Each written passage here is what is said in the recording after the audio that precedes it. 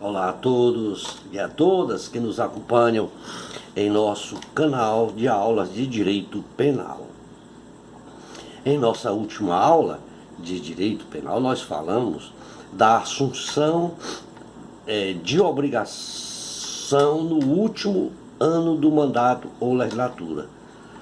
Falamos da ordenação de despesas não autorizadas e da prestação de garantia graciosa prevista nos artigos 359-C, 359-D e 359-E do Código Penal.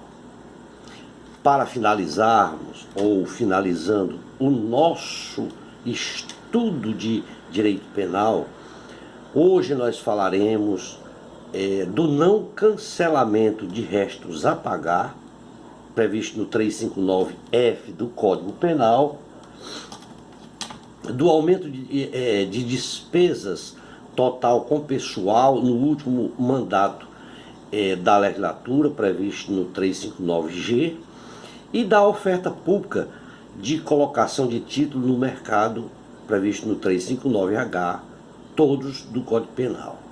E aí nós iremos finalizar todo o conteúdo do Código Penal. Nós aqui, com esta aula, nós estamos finalizando todo o conteúdo do Código Penal. Bom, iniciemos falando do não cancelamento de restos a pagar, previsto no 359-F do Código Penal. Todos os crimes previstos nos artigos que nós citamos acima, certo? Dado a sua especialidade dos tipos penais em apreço, o estudo desses tipos penais, eles deverão ser integrados e analisados com muita cautela com as normas da Lei de Responsabilidade Fiscal ou crime de responsabilidade fiscal. Tá? O artigo 359-F, ele diz assim: deixar de ordenar, de autorizar ou de promover o cancelamento do montante de restos a pagar inscrito em valor superior ao permitido em lei. Tem pena de detenção de 6 meses a 2 anos. Tá? Desse não cancelamento de restos a pagar, certo? Cria-se aí, neste caso, um dever de garantia para com o sujeito ativo. Sempre que acontecer a hipótese do tipo penal, estará aí previamente caracterizada a ação típica prevista no 359-B, que já falamos na aula anterior. Ou seja, para que fique caracterizado o crime previsto no 359-D, é necessário que alguém tenha previamente praticado o crime previsto no 359-B, que é da inscrição de despesas não empenhadas em restos a pagar, considerado como crime contra as finanças públicas, desde que a situação ele tenha sido dentro de um contexto de ilicitude. No entanto, se a despesa for legítima, é obrigação do administrador promover o seu pagamento, sob pena de configuração de enriquecimento ilícito da administração. Daí porque não estará caracterizado o crime previsto neste artigo. Assim, quando se coagita o artigo 359-F, é porque alguém, além de praticar o crime do 359-B, o fez dentro de uma situação de ilicitude, surgindo daí uma obrigação para aquela pessoa que o sucedeu. O agente do crime previsto no 359-B é aquele de promover o cancelamento do pagamento desautorizado para o exercício seguinte. Se não assim o fizer, estará cometendo a conduta prevista no 359-F. Né?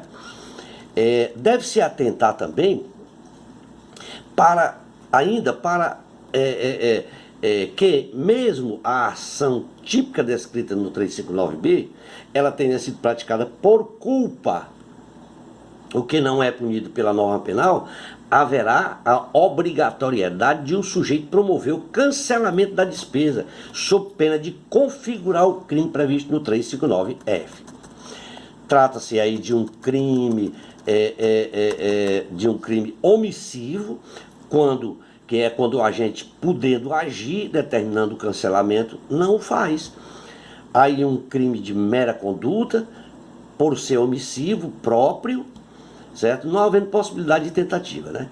Como todo crime omissivo próprio doloso, o tipo de crime compreende a real possibilidade de atuar. Por isso é óbvio que se o sujeito não cancelar o pagamento porque não o podia fazer, não estará caracterizado o crime em virtude da ausência do dolo.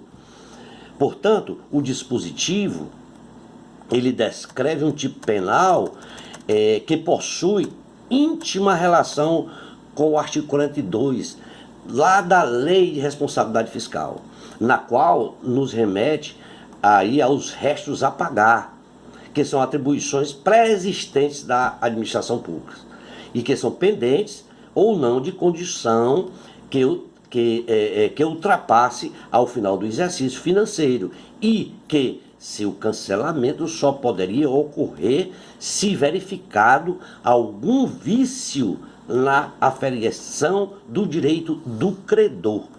Tá? O bem jurídico protegido aí é as finanças públicas, o sujeito ativo é o agente público, aquele que tenha a atribuição legal de promover o desvio de restos a pagar, e o sujeito passivo é a União, os estados, o Distrito Federal e os municípios. Bom, passemos a falar um pouco sobre o 359G, que trata do aumento de despesa total com o pessoal no último ano do mandato ou legislatura. Diz o artigo que ordenar, autorizar ou executar o ato que acarrete aumento de despesa total com o pessoal nos 180 dias anteriores ao final do mandato ou da legislatura tem pena de reclusão de 1 ano a 4 anos, de 1 a 4 anos, né? De forma idêntica, tá? É previsto no artigo 359C, da mesma forma que está lá no 559C, também é previsto aqui, o sujeito ativo ele será sempre a pessoa que ostenta o mandado, né? De forma que há 3 condutas típicas aí, tá? 3 condutas típicas: ordenar, autorizar ou executar, estando o crime consumado no momento da realização de qualquer uma destas condutas. O ato que autoriza, ordena ou executa, ele deve ter a potencialidade de acarretar aumento das despesas e que seja em sua totalidade. Mas essa despesa ela não precisa ser custeada formalmente, por tratar-se, portanto, de um crime formal. Haja vista que estas despesas são despesas especializadas no próprio tipo penal.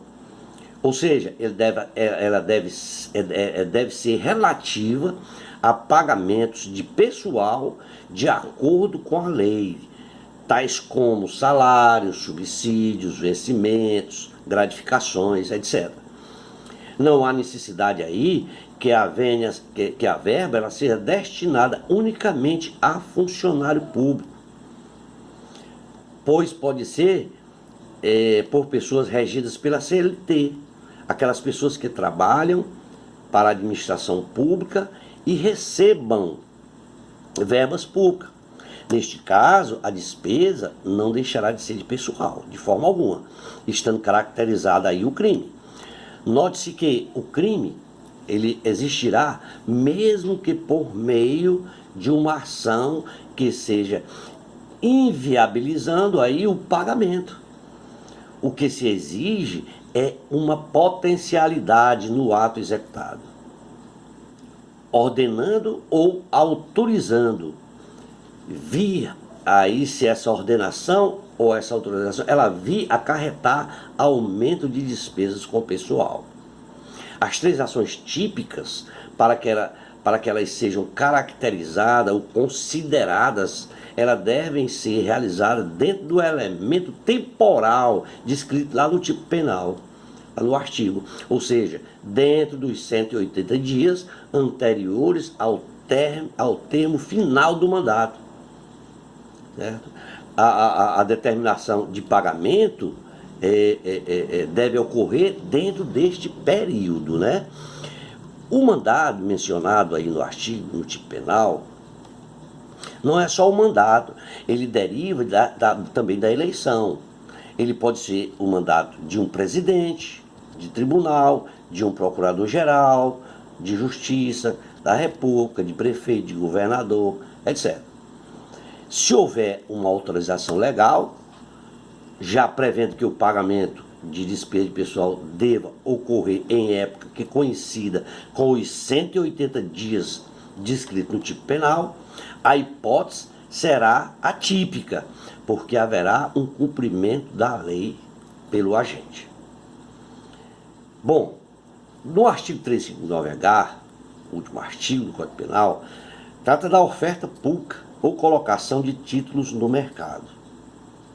Diz o artigo ordenar, autorizar ou promover a oferta pública ou a colocação no mercado financeiro de títulos de dívida pública sem que tenham sido criados por lei ou sem que estejam registrados em sistemas centralizados de liquidação e de custódia. Tem pena de reclusão de 1 a 4 anos. São três aí o núcleo verbal. Autorizar, ordenar ou promover. Sendo aí o objeto material do crime os títulos da dívida pública, né? Esse título de dívida pública, ele constitui os principais ativos de circulação no mercado financeiro e devem ter registro e ser registrados em um órgão de registro do Banco Central. Devem ainda, certo, ser criados por lei, em lei, porque sendo posteriormente resgatado, certo, ele tem com fim o seu prazo de resgate. Tá? Enquanto não houver o término do prazo, o título ele deverá circular ou circulará no mercado financeiro. Se o título não tiver sido criado por lei ou não tenha sido registrado em órgão competente, estará caracterizado o crime, que tem por momentos consumativo a colocação ou o oferecimento desses títulos no mercado, né? Se o sujeito autorizar a colocação dos títulos no mercado, certo? E isso não vier a ocorrer, por circunstância ali à sua vontade, a hipótese será aí de uma tentativa. O crime é um crime material, certo? É um crime material, os dois resultados naturalistas do crime ele deve ocorrer sob pena de tentativa, se a ação típica já tiver sido iniciada. A conduta típica pode gerar uma instabilidade no mercado financeiro e ainda compromete a própria credibilidade do título da dívida pública, né? Isso é que tem que ser observado. Evidentemente, que pode ser constatado o concurso formal desse tipo penal, com alguns casos previstos na Lei 7.492 de 86, que é o chamado crime do colarinho branco, né? Esse crime, ele destoa dos demais previstos nesse capítulo, por ser um crime material, tá? Enquanto que os outros, todos que nós falamos, são crimes formais, tá? E para finalizar, deixamos anotados aqui, queremos que fique gravado com vocês que nós devemos observar em todos esses crimes citados, certo? As normas de caráter penal da Lei de Responsabilidade Fiscal, né? A Lei de Responsabilidade Fiscal, a Lei Federal 10.028 de 2000, ela define novos crimes contra a administração pública, que estão sendo chamados de crimes de responsabilidade fiscal. Assim, desde outubro de 2000, tem mais uma lei para exercer controle sobre os atos dos administradores públicos federais, estaduais e municipais, no que diz respeito às finanças públicas. Esta nova lei, ela forma um conjunto com a denominada Lei de Responsabilidade Fiscal, que é a Lei Complementar 101 de 2000, e ele prevê como crime as condutas dos gestores públicos e ordenadores de despesas públicas que violaram ou violarem certos preceitos destas leis, né? Trata-se de mais um instrumento, trata-se mais de um instrumento legislativo para aprimoramento da administração pública brasileira, que visa a efetiva punição dos agentes públicos e funcionários públicos que dolosamente gerirem as finanças públicas de forma ilegal ou lesiva ao interesse público, e daí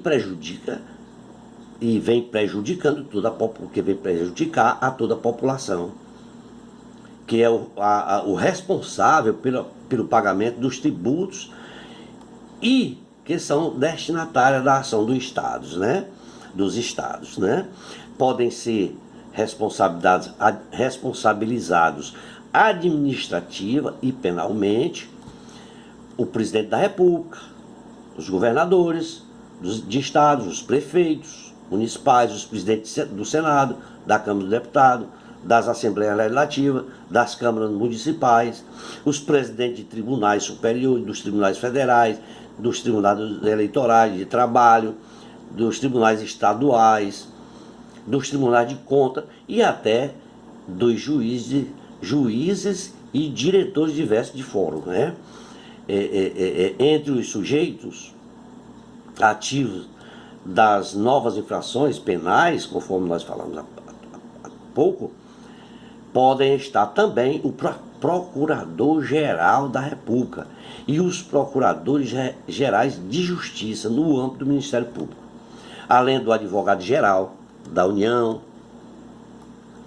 e os Procuradores Gerais de Estados na esfera da advocacia pública, tá? Em resumo, todos os agentes públicos e funcionários públicos, certo, que exerçam funções executivas permanentes ou eventuais na administração pública federal, estadual, municipal, especialmente como ordenadores de despesas. A lei ela vem a parecer ser rigorosa na medida em que prevê a um só tempo várias violações. A Lei de Responsabilidade Fiscal como crime comum, os sujeitos das exceções do Código Penal, tá? Como crime de responsabilidade que pode levar ao impeachment, e como infração administrativa sujeita à multa, né? De responsabilidade pessoal do agente público ou político, aplicável pelos tribunais de contas, né? Assim, as finanças públicas, elas passam a constituir novo bem jurídico objeto de tutela penal, né? No capítulo, acrescentando aí nesse capítulo, estão previstos aí 8 novos tipos penais de crime. Primeiro, a contratação de operações de crédito. Segundo, inscrição de despesas não empenhadas em restos a pagar. Terceiro, assunção de obrigação no último ano do mandato ou legislatura. Quarto, a ordenação de despesas não autorizadas. Quinta, prestação de garantia graciosa. Sexto, não cancelamento de restos a pagar. Sétimo, aumento de despesa total com o pessoal no último ano do mandato ou legislatura. E por último, a oitava é a oferta pública ou colocação de título no mercado, que é o qual nós estamos citando. A pena mínima combinada é de 1 ano ou menos de prisão. A pena máxima combinada nunca é superior a 4 anos de detenção ou de reclusão. Salvo no artigo 359-E, em que o verbo típico do penal, certo? Lá define que a ação proibida é a de prestar garantia. Nos outros casos, a ação típica é sempre ordenar ou autorizar. Tá? O que, de certa forma, define o sujeito ativo das ações como aquele agente público ou político que tem competência funcional para ordenar ou autorizar operação de crédito, inscrição em restos a pagar, assunção de obrigação de despesa, aumento de despesa de pessoal e oferta pública de dívida pública. As condutas incriminadas nestes 8 tipos penais estão todas elas vinculadas ao descumprimento de deveres impostos pela lei de responsabilidade fiscal. Há, nesses casos, sempre uma correlação entre o artigo acrescentado no Código Penal e um dispositivo da Lei de Responsabilidade Fiscal. Considerando que esses novos tipos penais estão inseridos dentro da parte especial do Código Penal, cumpre considerar que as respectivas normas gerais, de sua parte geral do Código Penal, serão aplicáveis estes a novos crimes. Todos os oito crimes previstos no novo capítulo eles são dolosos, não há nenhuma previsão de crime culposo, decorrente de imprudência, negligência ou imperícia. Logo, a alegação de ter dado causa ao fato por negligência, certo? Na gestão pública, pode ser uma espécie de alegação de defesa dos acusados por terem praticado estas infrações, né? Como todas as penas mínimas são iguais ou inferiores a 1 ano, será também sempre possível cogitar-se da aplicação da suspensão condicional do processo, que lá nos remete lá o artigo 89 da Lei 9.099, que é a Lei dos Juizados Especiais, no qual a principal obrigação imposta ao acusado, que é a de aceitar, será a de aceitar ou será a de reparação civil do dano decorrente do crime, entendendo como todos os crimes punidos com a pena de prisão de até 2 anos ou multa. Dentre os crimes contra as finanças públicas, 4 estão nesta categoria, em que é possível a transação penal: o 359A, 359B, 359E e 359F. Registre-se por oportuno que estas infrações provavelmente não estarão sujeitos à competência dos juizados especiais, criminais, federais ou estaduais, em virtude das regras sobre as competências criminal, por prerrogativas de função. No caso de ações penais ou procedimento criminal, preliminarmente contra agentes políticos, tais como presidente da República, ministro de Estado, governadores, secretários de Estado e prefeitos municipais. Como se vê, nas consequências jurídicas previstas nesses artigos, as consequências jurídicas penais sobre os agentes de crime contra as finanças públicas, a Lei 10.028, ele seguiu a orientação do direito penal, certo? Admitindo aí a viabilidade de aplicação de medidas despenalizadoras ou de penas alternativas à prisão. Ao contrário daqueles que apoiados em posturas demagógicas, defendem rigorosamente sanções penais para os maus gestores das finanças públicas, exigindo cadeia para estes. A Lei 10.028, em sua combinação de penas, trata de mínimas e máximas. Ela acabou criando condições para tratamento penal mais brando para esta criminalidade, em especial na administração pública. Isto, no entanto, não significa dizer que não há impunidade, né? Bom, finalizamos aqui todo o nosso conteúdo do Código Penal. Esperamos ter contribuído com todos os que assistem nossas aulas e que nos ajudaram fazendo a sua inscrição em nosso canal. Muito obrigado a todos e espero que todos tenham aprendido,